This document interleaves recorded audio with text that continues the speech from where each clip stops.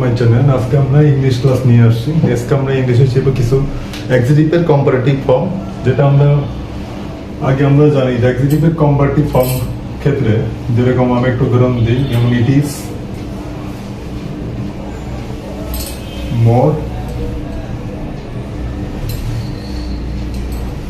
Important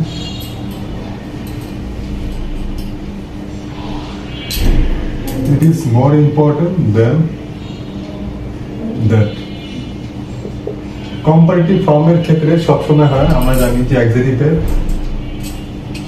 আগে মোর বসে এবং পরে দেন বসে, যেটা কম্পারেটিভ করি আমরা, যে মোর ইম্পর্টেন্ট, মোর ইন্টেলিজেন্ট, এরকম ক্ষেত্রে।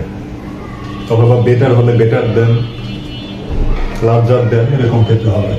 আর আমরা কিছু আর আজকে শিখবো, সেটার মধ্যে মোর এবং দেন থাকবে না, তার বদলে টু বসবে।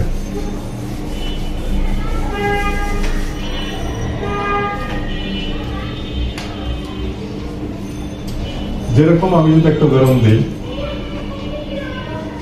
যেমন this is more preferable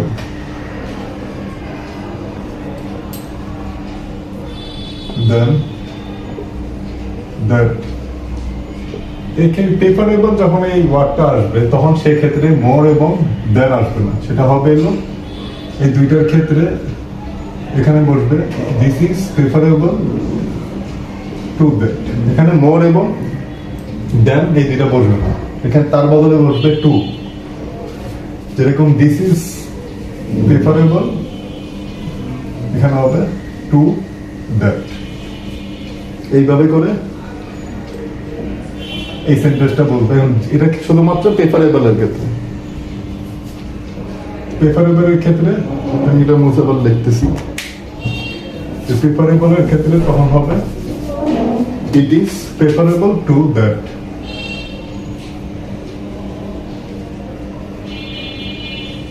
it is preferable to that. কোন কোন ওয়ার্ডের ক্ষেত্রে সেরকম টু বসবে শুধু, কারণ প্রেফারেবল আগে প্রেফারেবলটা মানে নিজে একটা কম্পারেটিভ, এটা এখানে মোর, এর আগে মোর বসবে না এবং পরে দেন বসে না। আরেকটা যদি উদাহরণ দেই, যেমন সিনিয়র, যেমন হি ইজ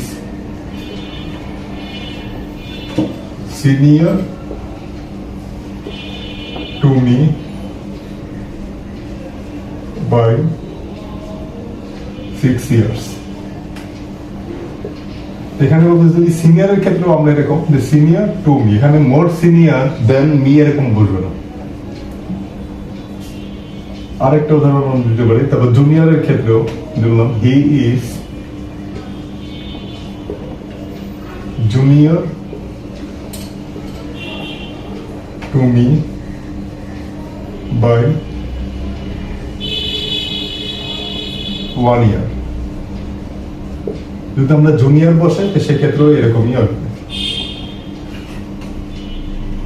প্রেফারেবল, তারপর সিনিয়র, জুনিয়র দেখালাম। আর একটা দেখায়, তারপরে বলবে যেমন পায়োর আছে, পায়োরটা পরে দেখাই যাচ্ছি। আর একটা দেখাই ইনফেরিয়র।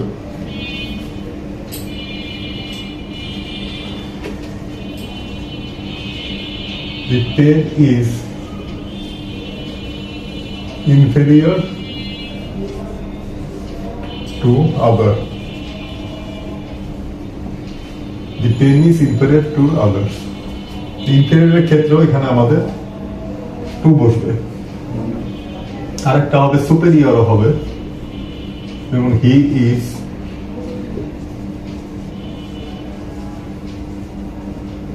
সুপেরিয়র টু আস, এবং he is superior to us. Superior ক্ষেত্রে এখানে টু বসবে। Superior, inferior, junior, senior, preferable, এসবের ক্ষেত্রে কখনো মোর অথবা মোর এবং দেন বসবে না সবসময় এগুলো, কারণ এগুলো সবগুলো এমনিতেই কম্পারেটিভ। এখানে কম্পারেটিভ বোঝার জন্য মোর অথবা দেন বসানোর কোনো প্রয়োজন নাই। এখানে হবে to, junior to, senior to, preferable to, inferior to, prior to. যেমন it is prior to that. It is prior to that, এই পায়োরের ক্ষেত্রেও টু ঘুরবে।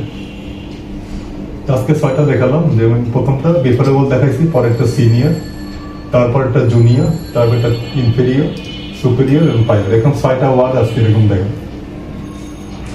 ঠিক আছে বন্ধুরা, আজকে এই পর্যন্তই।